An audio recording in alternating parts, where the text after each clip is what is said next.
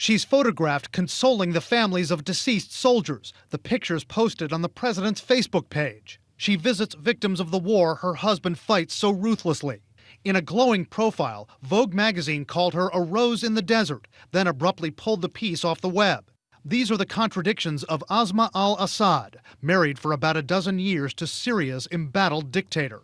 How does she rationalize this, and why does she do that? I think it would be very hard for her to do that. I think that she's standing by her man. She threw her lot in with Bashar a long time ago. Analyst Andrew Tabler knows Asma Al-Assad, worked with her at a charity in Syria. He believes the Syrian First Lady clearly understands the gravity of what's going on there.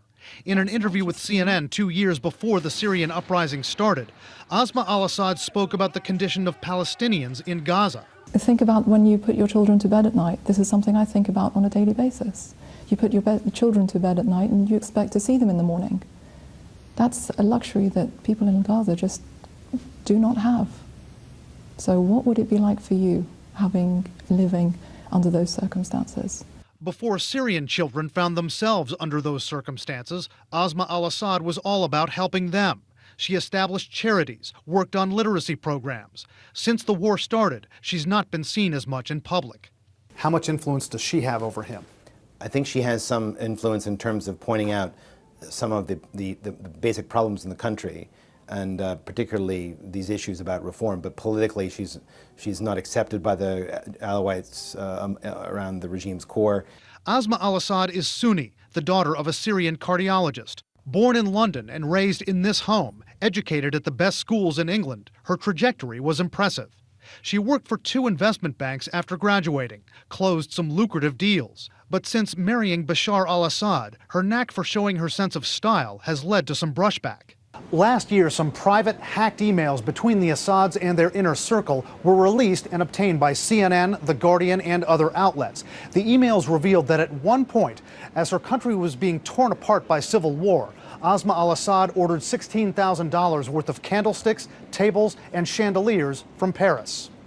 In one email, she boasted that she was the, quote, real dictator in her marriage. I asked Tabler what may be going through her mind right now. I think that she's torn, but she's made her decision. The fact is that that she has made her life around the Assad regime itself. She's, I think, a divided person, very much like her husband, between wanting to reform and carry out good works in the country and being the First Lady of Syria. And those two things, particularly with this regime, are incompatible.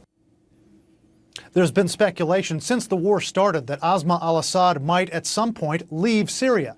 Tabler thinks she'll stay to the bitter end. Fleeing the country, he says, would mean leaving her husband and possibly even her 3 young children behind. Wolf? And no indications at all, Brian, from everything you've seen, that she's planning on doing anything along those lines, even to get her kids out of there?